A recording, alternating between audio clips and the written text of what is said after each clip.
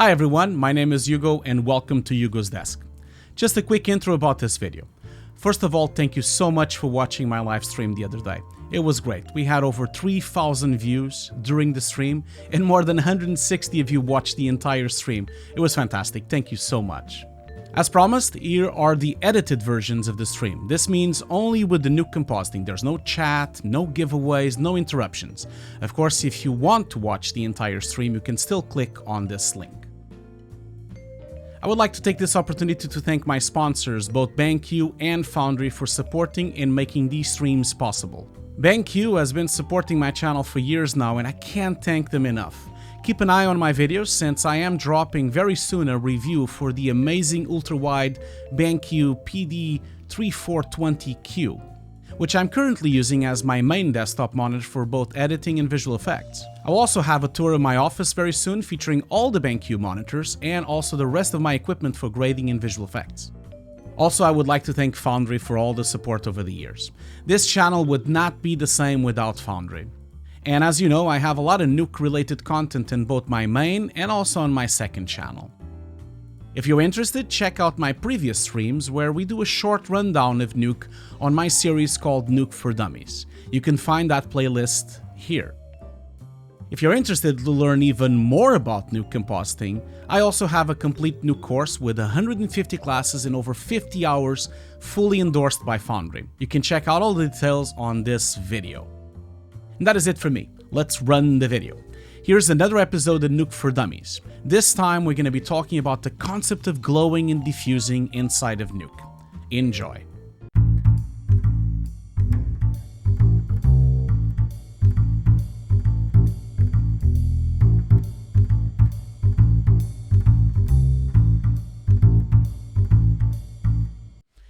Obviously, the first thing I want to talk about is that the glow and how the glow works. And I know you might think glow is a bit silly to debate, but it's not that silly at all if you think about it. So here's the glow explained. I'm going to kind of just go through this really quickly just so I can show you. I have a radial here.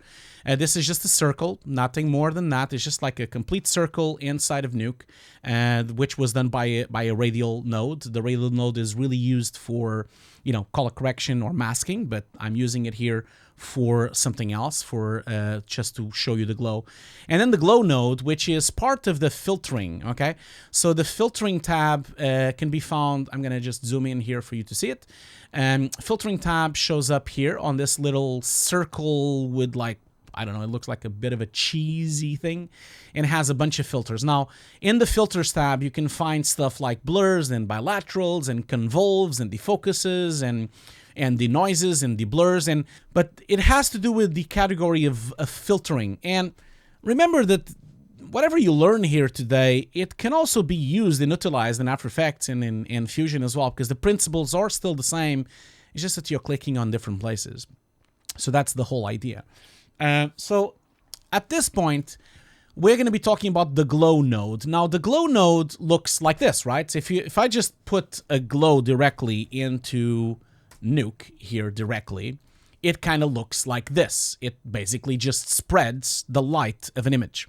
It's really important, the glow, because the glow is the methodology that you will have to do light sources, to do headlamps, to do windows, to do light trapping, to do all sorts of things that have to do with light emitting objects that emit light. This means if you need to do, like, for example, a laser beam, or if you need to do an electric current, or if you need to do headlamps, or if you need to fog up an image. That's how the glow works, and by default, it just basically functions like spreading the pixels. And I know this is a bit boring. It's not the most interesting thing in the world, but bear with me. This is Nuke for Dummies, okay? Let's just all be a bit more dummy and let's just try to discuss this. So the thing that is happening here, as you can see on the controllers, the glow node is very simple. It has a tolerance tab, which is the amount of glow. It's actually the amount of glow that you are tolerating for the node to do or not. And it has a brightness tab, a saturation tab. Now, it also has a size, which is the spread of that glow, and then, of course, a width channel, which we'll talk about in a second. So Obviously, it goes without saying, the size has to do with how much it spreads, right? So if I make a very small size, if I put 0, nothing happens. If I start spreading, it starts to augment. And obviously, if I go all the way, then it almost becomes a sun or something like that. So that is the spreading of pixels. And under the hood, if you think about the glow node is nothing more like a blur on top. It's almost like this. You know, if I had a radial and I would put a merge node here, and I would put a blur as well. So let's say that we have the radial, and the radial will be on the background, and I have a blurred radial, and then I put that on the foreground. So this would almost be like what a glow is kind of doing. It's not really like just that simple, but it is kind of like that. So let's say that we do a blur of 100 and then we merge it on top. So it doesn't really work entirely like this. And in fact, I probably have to put a plus operation, but if you look at if you look at the difference between them, it looks exactly the same. So you see, if I glow by 100 and I look at a radial that is blurred by 100 and then merged plus on top, that is what a glow is. It's like I'm merging a brighter, more blurred version of whatever I had to start with. I don't think a lot of people realize this, and this is why I feel like Nuke is so powerful. Not just Nuke, but any node-based compositor like Fusion as well, and even Shake if you still use it. The cool thing about this is that this is really simple, because in Nuke you can actually recreate some of these nodes, and in fact, before these nodes existed, a lot of times you had versions of them that would be scripts like I just did here. Now, let's go back to the glow again. So, like I said, the spread or the blurriness of that glow comes from the size of 100. Now, other things that you find here, let me just put this to default. Not animate, sorry, set to default. Other things that you'll find here would be the brightness. So this is how much it glows. And remember, this is really powerful, because if you start glowing and brightening up the image, then what will happen is that I'm actually, instead of having the default line that I have between the glow and the actual core, almost like a planet, almost like a core, I'm basically doing a brightness spread. So that means that it's actually blurring the inside of that image, making it brighter. So if I want to try to remake this in some way in here, it would almost be like if I would start grading the original image that I had here. So if I start grading it to be brighter, although it's already white, and then blurring it on top. So if I start blurring it ever so slightly, let's just blur it really, really, really little, and then let's just put the values a bit brighter as well. And then if I merge it, I start to have the same feathering here. It's not as simple as that, but it's close enough, okay? So going back to this, the brightness will, of course, tell you how much brighter the core of that glow is. And then, of course, the saturation, which makes no difference here because this is a black and white image. So that is kind of like how the blur is. And, of course, you have a tint as well if you want to tint just the glow. So, if, for example, if I want the glow to be reddish, or if I want the glow to be yellowish, or if I want the glow to be blue, or if I want the glow to be green, or any color whatsoever, I can kind of like make the glow, the spread. The tint has to do with how much the color is affecting that spread, okay? So if I go now back, so that's kind of like the glow explained. And the same would go for a colored glow. So for example, if I have a circle that is like green, as you can see here, this is a colored circle, and then of course the glow would spread with that color, because whatever you put on that glow, and then if you add, like for example, if I put default here, the glow already has some color from that spread, okay? So let's now go a bit deeper into this and kind of explain what really goes on here from direct glows, okay? So I'm going to show you an example from this thing. So this is a commercial I supervised years ago. This was for the mill. This is an Adidas commercial. In fact, I think I have to show you this commercial because I love this commercial. But I never goes on TV. It was for the German market. I need to show you this because yeah. So I'm gonna put it full screen, okay, so that you can see this thing. It's the thing of beauty. I'll show you the commercial.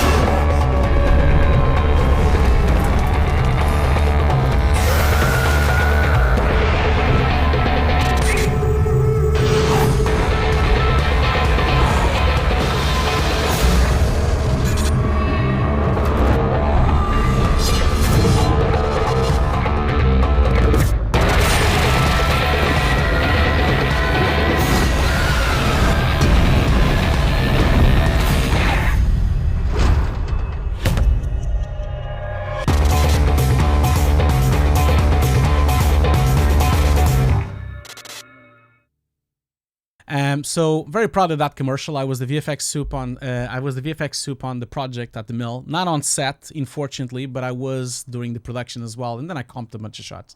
Now, this is the final shot, and I'm going to show you this because of the glow, because we used the glow on this shot. So this is, of course, we're branding the player with the number 7, which is it's a bit hardcore. We're just like branding him with the number 7.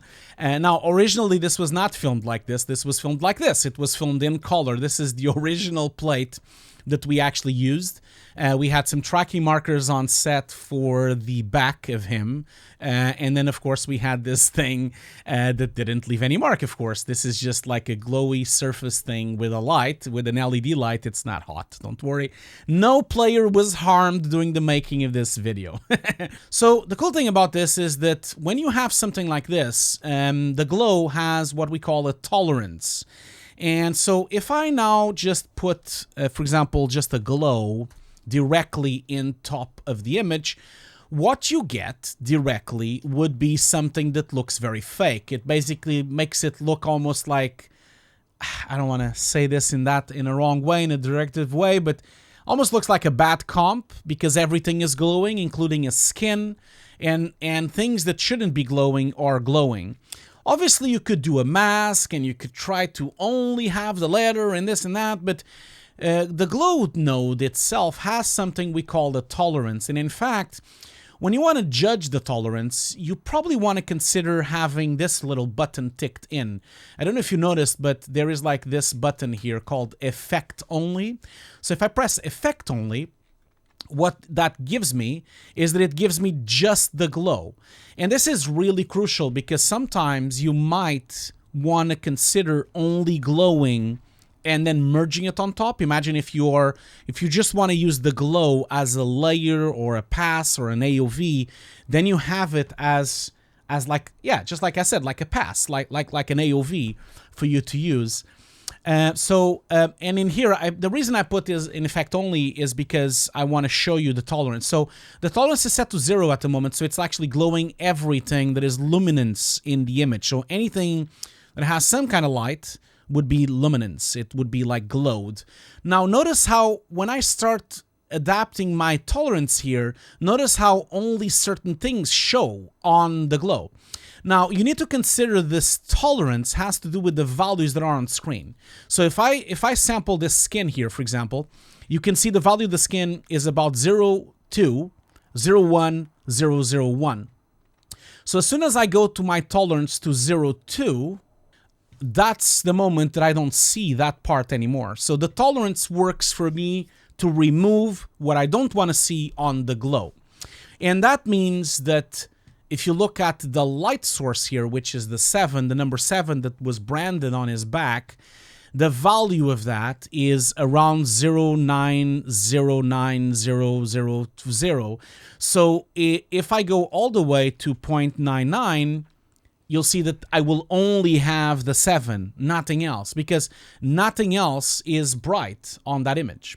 And so this is really important for the tolerance because this means that you can now glow just the 7. Now, I'm going to leave a bit of tolerance a little bit more because I want to keep the entire 7. So let's just see here. So you see now I'm starting to see his back again and I'm starting to see the guy branding. So I'm going to go all the way to the moment. And if I gamma up, I can still see some stuff.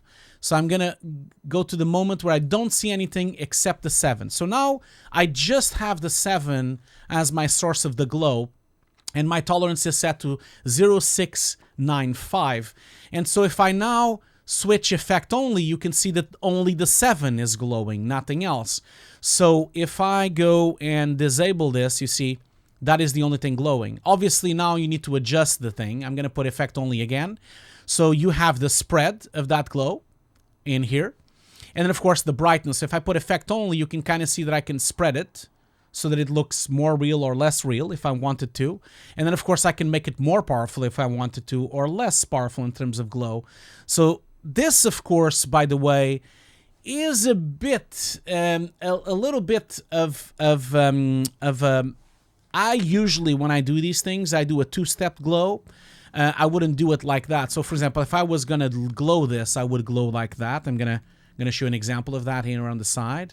So I would do a two-step glow. I would put two glows, and then I would do this. I would put like a merge node here, you know, like, and I would then merge the first glow into it, like so.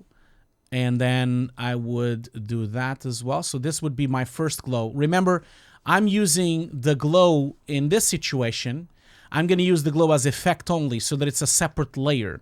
And that gets merged in top of my merge. Now, you can pick if you want to do plus or screen. I'm going to do plus probably this way because I want it to be brighter. And then I'm going to do a second stage glow in this situation. So that means that I would put another merge node, and then I would glow the second glow. Now, in this situation, what I'm going to do is I'm going to have the first glow as my inner glow, and then my second glow as my outer glow, you know.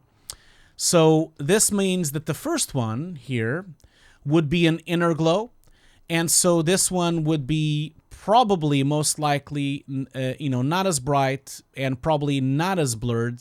And this is giving you, and probably not as saturated. I will probably desaturate it a little bit.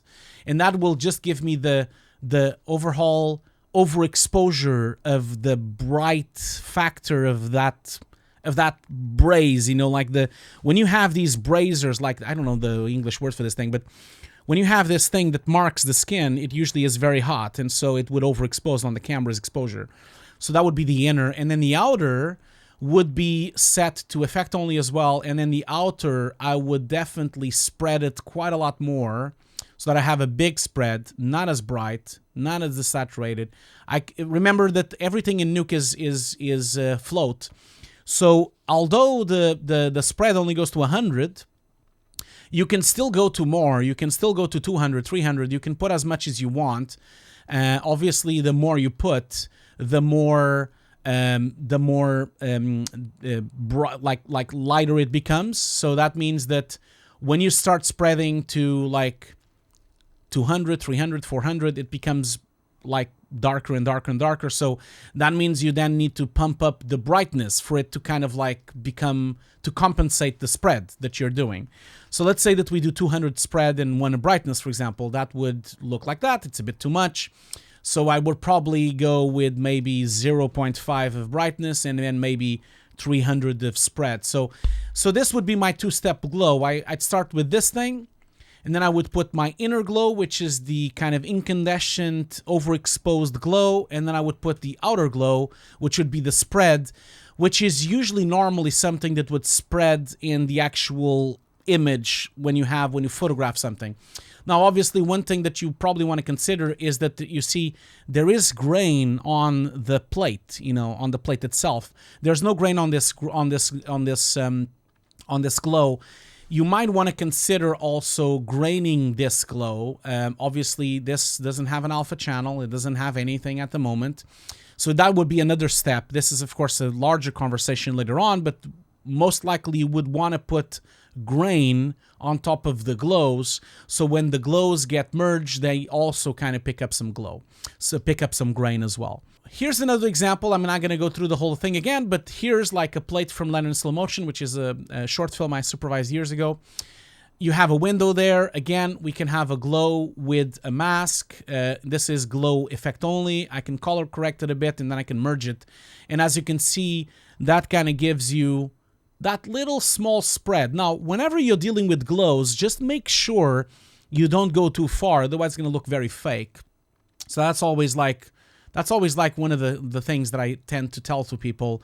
You know, like glowing is the first thing that makes something look fake. It's right away the first thing that, oh, it's fake. So that's one example of it. Diffuse.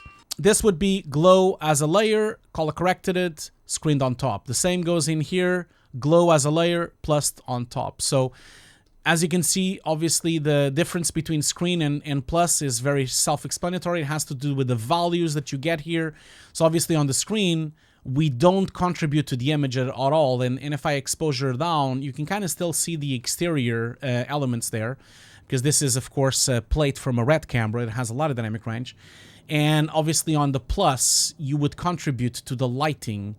So remember, plus is an additive operation, screen is not an additive operation, that is why. Now that we've explained what the glow is, and we went through all the details of the actual glow node itself, which has to do with the tolerance, the brightness, the saturation, and the size. The only last thing I wanted to explain is the width channel.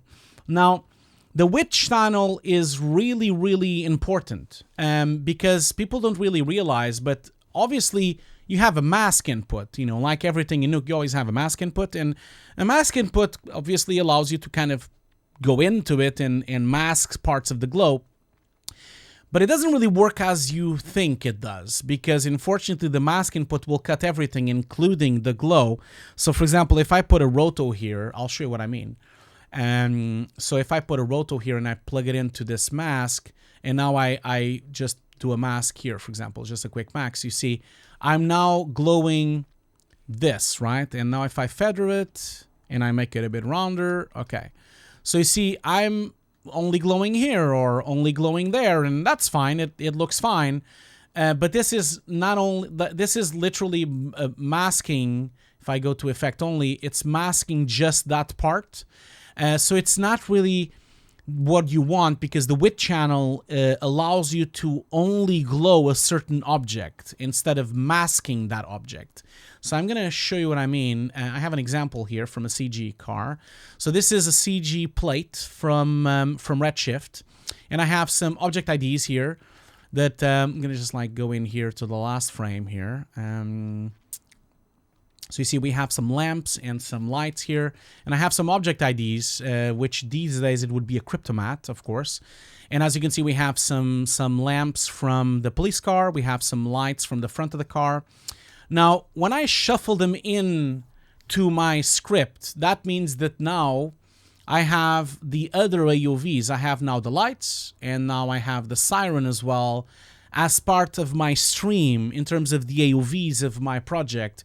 And that now means that I can now use the width channel to control my glow. So if you look closely here, notice that I picked the width channel of Siren Red. Now let's look at what the Siren Red is. If I go to Siren, if I go in here, you can kind of see that I have the red channel, which is these sirens that are reflected down here as well. These object IDs are reflected as well, so that we can actually also control the highlights on the top of the chassis as well. So these are actually not real cryptomats. These are actually actual self-illuminating objects pretending to be object IDs that are reflecting to the surface of the car.